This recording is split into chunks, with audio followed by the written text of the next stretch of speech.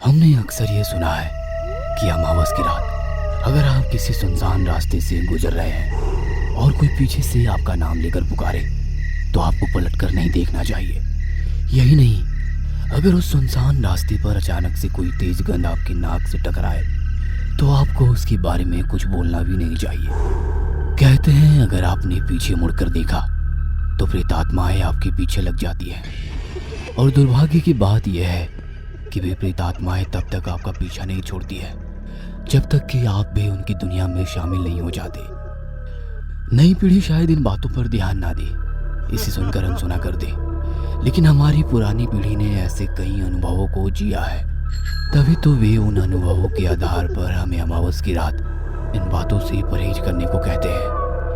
अमावस की ऐसे ही एक रात निरंजन अपनी ड्यूटी खत्म करके अपनी बाइक से अपने घर जा रहा था।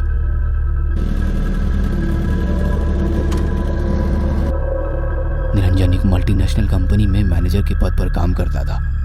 8 महीने पहले ही उसकी लव मैरिज अन्नू के साथ हुई थी। निरंजन अभी आधे रास्ते ही पहुंचा था कि जोरों की बारिश होने लगी। अगर उसकी शादी ना हुई होती तो वो भीगता हुआ घर चला जाता, लेकिन वो जानता था कि अगर वो भीगता हुआ गया तो अन्नू उसकी अच्छे से क्लास लेगी। अभी पिछले महीने ही वो भीगकर घर गया था तो उसे तेज बुखार आ गया था। अन्नू ने उसका ध्यान तो पूरा रखा, लेकिन आइंदा बारिश में भीगकर आने से मना किया। रास्ते में ही उसे एक चाय की टपरी दिखी। हालांकि रात काफी होने के कारण वो बंद थी। निरंजन ने अपनी बाइक वहीं खड़ी की और खुद शेड के नीचे खड़ा हो गया और बारिश के बंद होने का इंतजार करने लगा। अभी उसे खड़े हुए कुछ ही देर हुए थे कि उसके मोबाइल की घंटी बजी।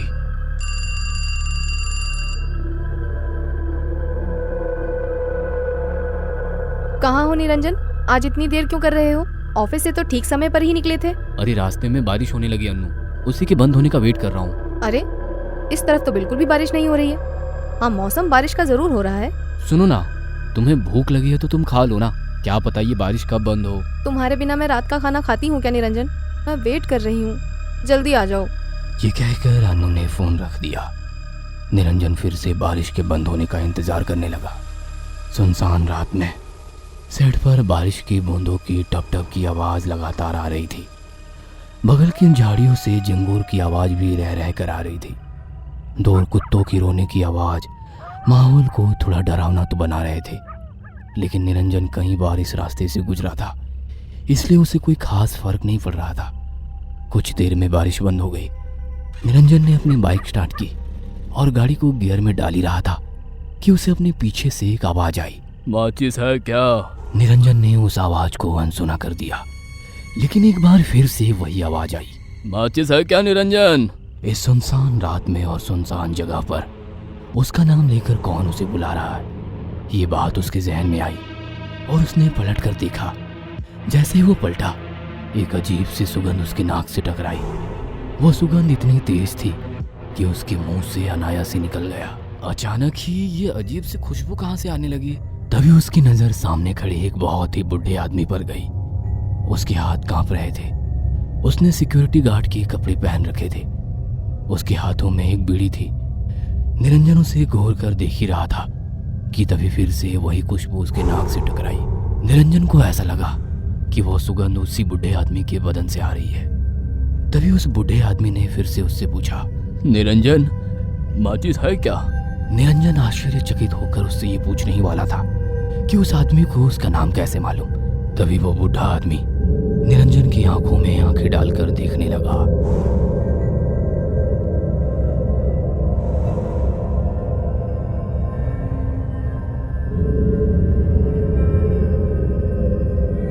कुछ देर बाद निरंजन की आंखें खून के जैसे लाल हो गई। उसके बाद वो बूढ़ा आदमी अचानक कहीं गायब हो गया। अब निरंजन के चेहरे पर एक रहस्यमयी मुस्कान थी। उसने अपनी बाइक स्टार्ट की और अपने घर की ओर निकल पड़ा।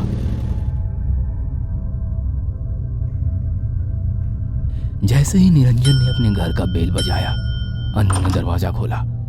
दरवाजा खोलते ही उनका कुत्ता टॉमी भी हमेशा की तरह ही दरवाजे पर आ गया। लेकिन जो टॉमी हर दिन निरंजन के आने पर उछल उछल कर उसे गले लगाने की कोशिश करता था। आज वही टॉमी उस पर भौंकने लगा। निरंजन डर गया और पीछे हट गया। Tommy Tommy Tommy stop! क्या हुआ है तुम्हें? क्यों भौंक रहे हो तुम? चलो उधर जाओ, बैठो, चलो। अन्नू के कहने पर टॉमी दूर जाकर बैठ गया। निरंजन टॉमी को घूर घूर कर देखने लगा।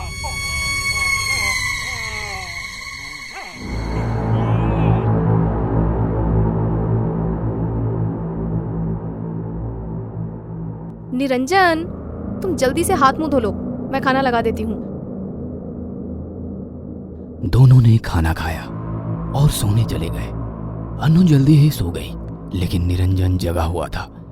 जब उसने पूरी तरह से आश्वस्त कर लिया कि अन्नू सो गई है, तो उठकर ड्राइंग रूम में गया। टॉमी उसे देखकर फिर भौंकने लगा। उसे भौंकते देख निरंजन की आंखें गुस्से से लाल हो गई। उसने टॉमी का गला पकड़ा और उसे दबाने लगा। टॉमी ने उसके चंगुल से बचने की बहुत कोशिश की, लेकिन निरंजन अपनी पूरी शक्ति से उसका गला दबा रहा था। कुछ ही देर में टॉमी मर चुका था।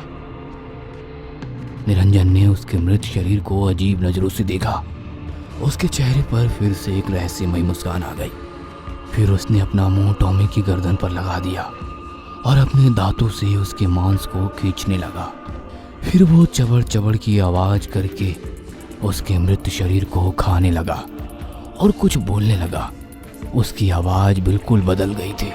मुझ पे भौंकता था, मुझ पे मार दिया ना तुझे। अगले दिन सुबह की शुरुआत अन्नू की चीख से हुई। उसने देखा कि टॉमी का अधखाया हुआ मृत शरीर जमीन पर पड़ा हुआ था। उसने निरंजन को जाकर सब कुछ बताया। निरंजन ने ऐसे बिहेव किए जैसे कि उसे कुछ पता ही नहीं है। अन्नू को बहुत आश्चर्य हो रहा था कि आखिर टॉमी को इतनी बेदर्दी से किसने मारा है, क्योंकि घर के सारे दरवाजे खिड़की भी बंद थे, तो किसी के बाहर से आने का सवाल ही नहीं था। मुझे तो बहुत डर लग रहा है निरंजन, सारे दरवाजे खिड़की बंद हैं, फिर हमारे टॉमी को किसने मार दिया? तभी निरंजन मेन डोर के पास गया और उसने अन्नू से कहा, नहीं अन्नू, सारे दरवाजे खिड़की बंद नहीं थे, ये देखो मेन डोर ही तो खुला हुआ है। नहीं निरंजन, मैंने खुद बंद किया है, मुझे अच्छी तरह से याद है। हर दिन की तरह रात को मैंने ही इसे बंद किया है। अरे बंद किया होता तो ये खुल कैसे जाता? मुझे लगता है कल जरूर कोई चोर हमारे घर घुसा होगा। टॉमी उसे देखकर भौंकने लगा होगा तो उसने उसे मार दिया। चलो मान लिया कि चोर घुसा होगा, लेकिन कुछ चोरी करके तो ले जाता। सब कुछ तो सही सलामत है, तो क्या सिर्फ वो टॉमी को मारने आया था?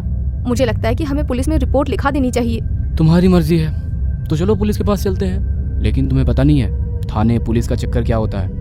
बिना मतलब वो हमें दौड़ाते रहेंगे और हम परेशान होते रहेंगे। तुम कह तो ठीक रहे हो, लेकिन पता नहीं, मुझे कुछ ठीक नहीं लग रहा है। अन्नू के कहने पर निरंजन ने टॉमी का शरीर दफना दिया। अगले एक हफ्ते खामोशी से बीते। एक सप्ताह के बाद की बात है। घड़ी ने जैसे ही 12 बजाए, अन्नू की नींद खुल गई। उसने बिस्तर पर देखा तो निरंजन नहीं था। उसने सोचा कि वो शायद वॉशरूम गया होगा। अन्नू ने दोबारा सोने की कोशिश की, लेकिन उसे नींद ही नहीं आ रही थी। तभी उसे कुछ जलने की महक आई। उसने मन ही मन सोचा कि ये क्या जल रहा है। वो बिस्तर से उठी और ड्राइंग रूम में आई।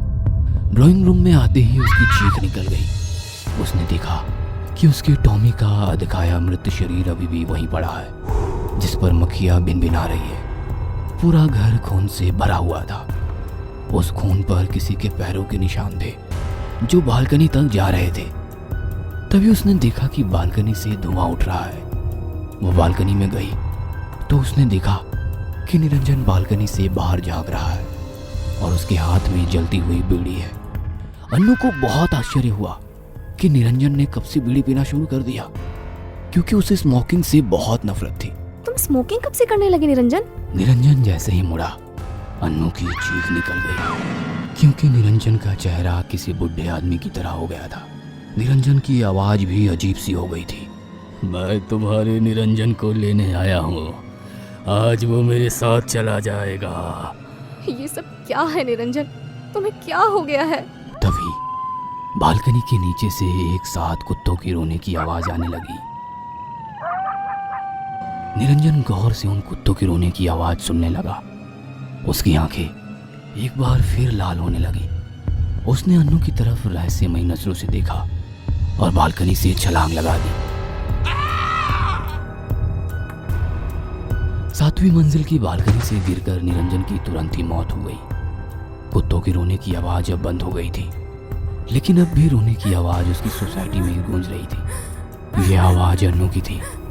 ना तो उसे और ना ही उसकी बिल्डिंग वालों को कभी ये समझ आया कि आखिर निरंजन ने आत्महत्या क्यों की।